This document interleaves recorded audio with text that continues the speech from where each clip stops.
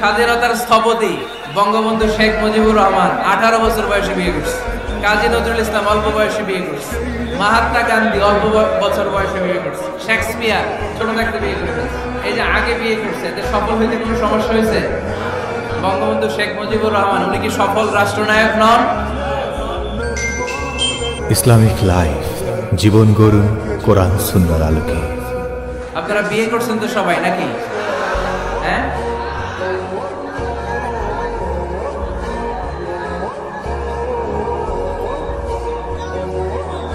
করে নাই? বিয়ে করে নাই কে কে দেখি? হায় হায়, চেয়ারম্যান সাহেব কই? এগুলোর বিয়ে করে দিয়ে এগুলো আপনার হাতে রেখে গেলাম। এই অবাকাগুলোরে মিলাই দিয়েন। বসেন। এই অবিবাহিতদের দুঃখ জ্বালা কেউ বুঝতে চায় না, ঠিক কিনা? বিয়ে করে ফেলবা। বিয়ে করলে নেয়ামত বাড়ায় দেয় কে? দারিদ্রতা থাকলে ধনাঢ্যতা দিয়ে দেয় কে? সবাই চাকরি করে বিয়ে করতে চায়, ব্যবসা ভালো হলে বিয়ে করতে চায়, কিন্তু জানেই না ব্যবসায় ভালো হওয়ার আর চাকরি পাওয়ার মাধ্যম হচ্ছে আগে বিয়ে করা। আগে কি করা? স্বাধীনতার স্থপতি বঙ্গবন্ধু শেখ মুজিবুর রহমান 18 বছর বয়সে বিয়ে করছে। কত বছর বয়সে? এক বর্ণনা দেখলাম 14, আর এক বর্ণনা দেখলাম 18। কাজী নজরুল ইসলাম অল্প বয়সে বিয়ে করছে। মহাত্মা গান্ধী অল্প বছর বয়সে বিয়ে করছে। শেক্সপিয়ার ছোট থাকতে বিয়ে করেছে। তো এরা এই যে আগে বিয়ে করছে, এতে সফল হইতে কোনো সমস্যা হয়েছে?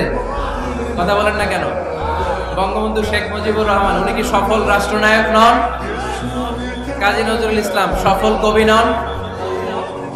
তো এদের আগে বিয়ে করা তো এদের সফলতা ঠেকায় রাখতে পারে না।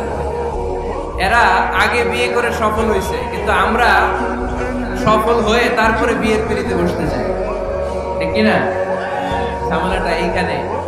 এজন্য ছেলের বাবা, মেয়ের বাবা, নীলফামারীতে যারা আছেন সবাইকে বলি, ছেলে মেয়ে প্রাপ্ত বয়স্ক যদি হয়, ছেলের জন্য উপযুক্ত মেয়ে পাওয়া গেলে, ভালো মেয়ে পাওয়া গেলে দিনদার, আর মেয়ের জন্য ভালো পাত্র পাওয়া গেলে বিয়ে দিয়ে দিবে। আর নিকাহ মিন সুন্নতি ফামান রাগিবা আন সুন্নতি ফালাইসা মিন। বিশ্বনবী বলেন, বিয়ে এটা আমার সুন্নাত, আর যে আমার সুন্নাতকে পছন্দ করে না সে আমার উম্মত দাবি করতে পারবে। আরবাউন মিন সুনানিল মুরসালিন, 4টা কাজ দুনিয়ার সব নবীরা করেছেন, এর মধ্যে একটা হচ্ছে বিয়ে। সুবহানাল্লাহ পড়বেন না?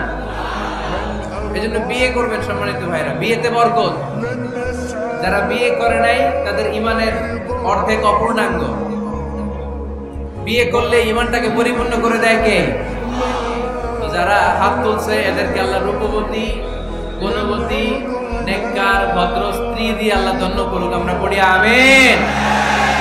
দেখছেন এখন গলার আওয়াজ বড় হয়ে গেছে, এখন মহা খুশি। বিয়ের কথা শুনলেই খুশি।